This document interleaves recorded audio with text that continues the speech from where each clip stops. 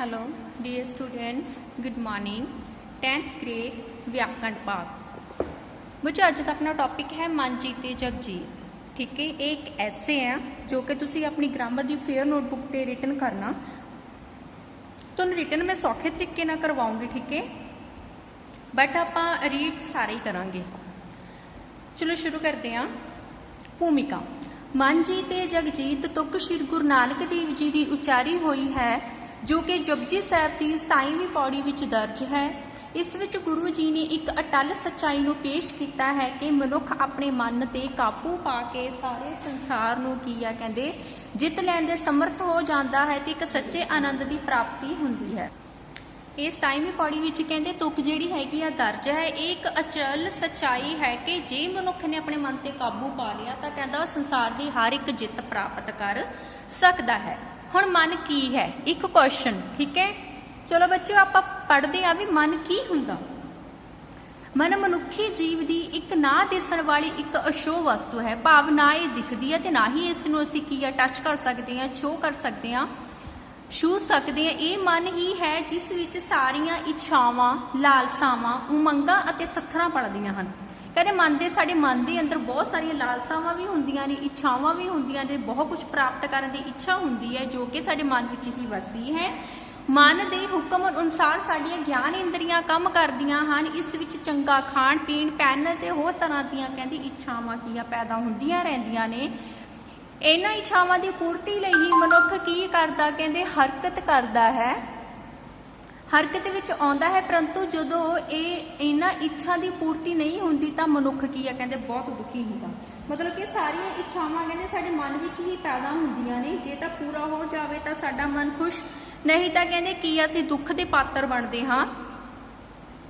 सो इसलिए कहंदे हन कि मनुखी मन पारे वांग चंचल अते हवा नालों भी तेज हुंदा।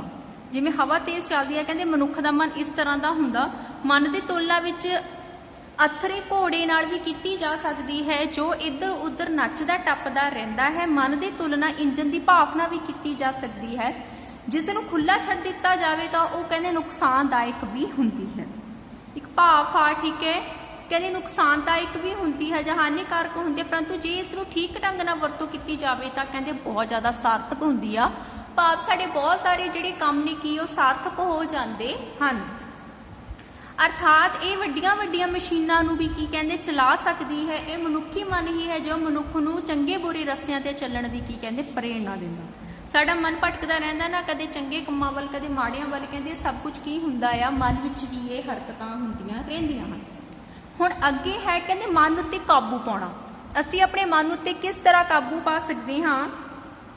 जिंदगी विच तरक्की करन लई जां बुरियां कामां तो बचण लई मन ते काबू पाउणा कहंदे बहुत जरूरी हुंदा है। परंतु मन ते सौखिया काबू नहीं पाया जा सकदा। कहंदे जे जिंदगी विच तरक्की प्राप्त करनी है तो सब तो पहला सानूं अपने मन नूं काबू विच रखना पैना। कहंदे पर मन नूं काबू करना बहुत ही मुश्किल काम है। परंतु जे मनुख की इच्छा शक्ति कहंदे बलवान होवे, उसने मन विच ठाण ही लिया होवे तां कहंदे ओह कुछ भी कर सकदा। ये मन ही है जो मनुख नूं उच्चे उच्चे महलों के सुपने लैण लई कहंदे मजबूर करता है। ठगी, चोरी, बेईमानी, झूठ, फरेब, जबर जुल्म आदि वल प्रेरित करता है। इस तो भाव है कि वह मनुख नूं खुदगर्जी वल प्रेरदा है। परंतु जे मनुख खुदगर्जी नूं कहंदे त्याग के समुचे समाज के लाभ लई जां होर लोक कल्याण ਕੰਮਾਂ ਵਿੱਚ लगावे तो दूजिਆਂ ਦੇ ਲਾਭਾਂ ਅਤੇ ਇਛਾਵਾਂ ਦਾ ਖਿਆਲ ਰੱਖੇ ਤਾਂ ਅਜਿਹੇ ਮਨੁੱਖ ਦੇ ਮਨ ਨੂੰ ਹੀ ਕਹਿੰਦੇ ਜਿੱਤਿਆ ਹੋਇਆ ਮਨ ਕੀ ਆ ਕਹਿੰਦੇ ਅਸੀਂ ਆਖ ਸਕਦੇ ਹਾਂ। ठीक है, कहते मन वो बहुत कुछ चाहता, कहते ठगी, बेईमानी, चोरी भी कहते सब कुछ इच्छावां पैदा होंदियां रहिंदियां हन। मन विच तरह तरह के विचार भी आउंदे रहिंदे हन। कहते पर सानू जिहड़ा अपना मन आ की चंगे सार्थक कामां वल लगाउणा चाहीदा है। मन दी इच्छावां दुखां दा घर। मनुख संसार में जिन्ने दुख मुसीबत चलता है वह सब दी मन की बदौलत ही कहते होंदे हन, क्योंकि वह अपनी इच्छावां की पूर्ति लई कहते हर की एक जायज़ काम करता है। झूठ, तूफान, चोरियां, बेईमानी जहियां कहते हरकतां भी करता रहता है। कहते बाद विच की करता वह सज़ा भी पाउंदा ते लोकां दे विच की है बदनाम भी हुंदा। ये सब कुछ कहते मन ते काबू ना पाउण करके ही हुंदा। अपने सुखां नूं प्राप्त करन लई वह कहते थां थां टक्करां मारदा फिरदा है, लोगों दीयां खुशामदा करता। इसलिए इन्हां इच्छावां दा गुलाम होके कहते बहुत सारे की आ दुख भी सहेड़दा है। जिवें गुरबाणी विच भी लिखिया, सुख के हेत बहुत दुख पावत, सेवा करत जन जन की।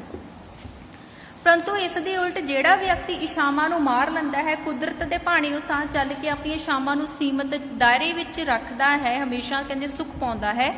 ਕਹਿੰਦੇ ਹਨ ਕਿ ਅਜਿਹਾ ਵਿਅਕਤੀ ਹੀ ਆਪਣੇ ਮਨ ਤੇ ਕਾਬੂ ਪਾ ਭਾਵ ਮਨ ਨੂੰ ਕੀ ਹੈ ਕਹਿੰਦੇ ਜਿੱਤ ਸਕਦਾ। ਠੀਕ ਹੈ, ਮਤਲਬ ਸਾਡੀ ਇੱਛਾ ਸ਼ਕਤੀ ਬਲਵਾਨ ਹੋਣੀ ਚਾਹੀਦੀ ਹੈ। ਜੇ ਅਸੀਂ ਮਨ ਵਿੱਚ ਧਾਰ ਲਿਆ ਤਾਂ ਕਹਿੰਦੇ ਅਸੀਂ ਆਪਣੇ ਮਨ ਤੇ ਆਪਣੀਆਂ ਇਛਾਵਾਂ ਤੇ ਕੀ ਹੈ ਕਹਿੰਦੇ ਕਾਬੂ ਪਾ ਸਕਦੇ ਹਾਂ। ਨੈਕਸਟ ਹੈ ਮਨ ਤੇ ਕਾਬੂ ਪਾਉਣ ਦੇ ਲਾਭ। ਪਹਿਲਾਂ ਸੀਗਾ ਵੀ ਮਨ ਨੂੰ ਕਿਵੇਂ ਕਾਬੂ ਕੀਤਾ ਜਾ ਸਕਦਾ, ਫਿਰ ਮਨ ਕੀ ਆ, ਮਨ ਨੂੰ ਕਿਵੇਂ ਕਾਬੂ ਕੀਤਾ ਜਾ ਸਕਦਾ। ਨੈਕਸਟ ਹੈ ਮਨ ਤੇ ਕਹਿੰਦੇ ਕਾਬੂ ਜੇ ਅਸੀਂ ਪਾ ਲਿਆ ਤਾਂ ਉਹਦੇ ਕੀ ਲਾਭ ਹਨ। ਮਨ ਤੇ ਕਾਬੂ ਪਾਉਣ ਨਾਲ ਮਨੁੱਖ ਦੀ ਕਹਿੰਦੇ ਇੱਕ ਤਾਂ ਭਟਕਣਾ ਮੁੱਕ ਜਾਂਦੀ ਆ, ਭਾਵ ਉਹ ਇੱਕ ਜਗ੍ਹਾ ਟਿਕ ਕੇ ਬਹਿ ਜਾਂਦਾ, ਭਾਵ ਜਗ੍ਹਾ ਜਗ੍ਹਾ ਨਹੀਂ ਭਟਕਦਾ। ਇੱਕ ਅਦੁੱਤੀ ਸ਼ਕਤੀ ਪ੍ਰਾਪਤ ਕਰਨ ਦੇ ਕਹਿੰਦੇ ਯੋਗ ਹੋ ਜਾਂਦਾ ਹੈ। ਅਜਿਹੀ ਸ਼ਕਤੀ ਪ੍ਰਾਪਤ ਕਰਨ ਨਾਲ ਉਹ ਬੇਮਿਸਾਲ ਕੰਮ ਕਰਦਾ ਹੈ। ਮਨ ਤੇ ਕਾਬੂ ਪਾਉਣ ਨਾਲ ਮਨੁੱਖ ਅੰਦਰ ਕਹਿੰਦੇ ਨੇਕੀ, ਕੁਰਬਾਨੀ, ਪਰਉਪਕਾਰ ਜਿਹੀਆਂ ਕਹਿੰਦੇ ਭਾਵਨਾਵਾਂ ਪੈਦਾ ਹੋ ਜਾਂਦੀਆਂ ਹਨ ਅਤੇ ਹਰ ਵੱਡੀ ਤੋਂ ਵੱਡੀ ਕਹਿੰਦੇ ਕੁਰਬਾਨੀ ਕਰਨ ਲਈ ਕੀ ਆ ਕਹਿੰਦੇ ਤਿਆਰ ਹੋ ਜਾਂਦਾ ਹੈ। ਮਹਾਭਾਰਤ ਵਿੱਚ ਜੇ ਦੁਰਯੋਧਨ ਆਪਣੇ ਮਨ ਤੇ ਕਾਬੂ ਨਹੀਂ ਪਾ ਸਕਿਆ ਤਾਂ ਹੀ ਸਾਰੇ ਵਿਨਾਸ਼ ਦਾ ਕਾਰਨ ਪਿਆ। ਠੀਕ ਹੈ, ਕਹਿੰਦੇ ਜੇ ਦੁਰਯੋਧਨ ਨੇ ਆਪਣੇ ਮਨ ਤੇ ਕਾਬੂ ਪਾਇਆ ਹੁੰਦਾ ਤਾਂ ਕਹਿੰਦੇ ਇੰਨਾ ਵੱਡਾ ਨੁਕਸਾਨ ਕਦੇ ਵਿਨਾਸ਼ ਨਹੀਂ ਹੋਣਾ ਸੀ। ਮਹਾਰਾਜਾ ਅਸ਼ੋਕ ਮਨ ਤੇ ਕਾਬੂ ਪਾ ਕੇ ਹਮੇਸ਼ਾ ਲਈ ਜੰਗ ਤਿਆਗ ਕੇ ਅਹਿੰਸਾਵਾਦੀ ਕੀ ਆ ਕਹਿੰਦੇ ਬਣ ਗਿਆ।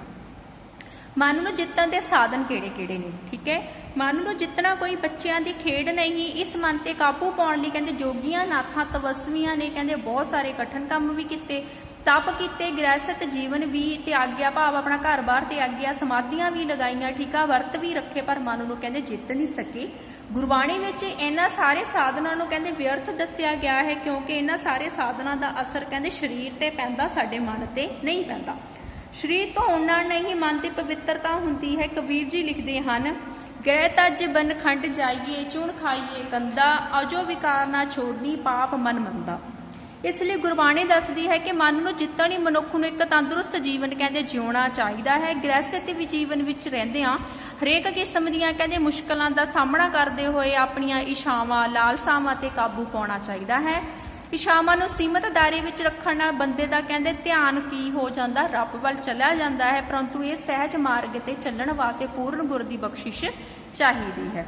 ਗੁਰੂ ਨੂੰ ਪ੍ਰਾਪਤ ਕਰਨ ਦੇ ਜਿੱਤ ਦੀ ਪਹਿਲੀ ਪੌੜੀ ਹੈ। ਕਬੀਰ ਜੀ ਫਰਮਾਉਂਦੇ ਹਨ, ਕਬੀਰ ਸਤਿਗੁਰ ਸੂਰਮੇ ਬਾਇਆ ਬਾਨਜੂ ਏਕ, ਲਾਗਤ ਕੀ ਭੋਇ ਗੇਰ ਪਾਇਆ, ਪਰਾ ਕਲੇਚੇ ਸ਼ੀਕ। ਇਸ ਤੁਕ ਤੋਂ ਭਾਵ ਹੈ ਕਿ ਸਤਿਗੁਰ ਦੇ ਉਪਦੇਸ਼ ਦਾ ਅਜਿਹਾ ਤੀਰ ਮਾਰਿਆ ਹੈ ਜਿਸ ਦੇ ਲੱਗਦਿਆਂ ਹੀ ਉਹ ਧਰਤੀ ਤੇ ਡਿੱਗ ਪਿਆ। ਠੀਕ ਹੈ, ਉਸ ਦੇ ਸੀਨੇ ਵਿੱਚ ਛੇਕ ਪੈਦਾ ਹੋ ਗਿਆ, ਭਾਵ ਹਉਮੈ ਦਾ ਕਹਿੰਦੇ ਖਾਤਮਾ ਹੋ ਗਿਆ। ਇਸ ਤਰ੍ਹਾਂ ਦੇ ਨਿਮਾਣਾ ਤੇ ਨਿਤਾਣਾ ਹੋਣ ਨਾਲ ਜਿੱਤਿਆ ਗਿਆ। ਉਸ ਨੂੰ ਕਿਸੇ ਵੀ ਸੰਸਾਰਿਕ ਜੀਵ ਚੀਜ਼ ਨਾਲ ਕਹਿੰਦੇ ਮੋਹ ਨਹੀਂ ਰਹਿੰਦਾ। ਉਸ ਨੂੰ ਨਾ ਕੋਈ ਵੈਰੀ ਤੇ ਨਾ ਹੀ ਬੇਗਾਨਾ ਦਾ ਅਨੁਭਵ ਹੋ ਜਾਂਦਾ। ਉਸ ਲਈ ਕੋਈ ਵੀ ਕੁਛ ਖਾਸ ਮਾਇਨੇ ਨਹੀਂ ਰੱਖਦਾ, ਨਾ ਉਹਦੇ ਲਈ ਕੋਈ ਵੈਰੀ ਹੁੰਦਾ ਤੇ ਨਾ ਹੀ ਕੋਈ ਬੇਗਾਨਾ ਹੁੰਦਾ, ਸਭ ਨੂੰ ਆਪਣਾ ਸਮਝਦਾ ਅਤੇ ਉਹ ਸਰਬ ਸਾਂਝੇ ਧਰਮ ਨੂੰ ਅਪਣਾ ਲੈਂਦਾ ਹੈ ਤੇ ਇਸ ਸੰਸਾਰ ਨੂੰ ਜਿੱਤਿਆ ਆਖਦੇ ਹਨ। ਠੀਕ ਹੈ, ਇਹ ਸੀਗਾ ਤੁਹਾਡਾ ਐਸੇ ਤੇ ਇਹਦੀ ਰਿਟਨ ਅਸਾਈਨਮੈਂਟ ਮੈਂ ਤੁਹਾਨੂੰ ਦਊਂਗੀ। ਤੁਸੀਂ ਇੱਕ ਵਾਰ ਇਸ ਐਸੇ ਨੂੰ ਘਰ ਬਹਿ ਕੇ ਚੰਗੀ ਤਰ੍ਹਾਂ ਫਿਰ ਰੀਡ ਕਰਨਾ। Thanks, have a nice day.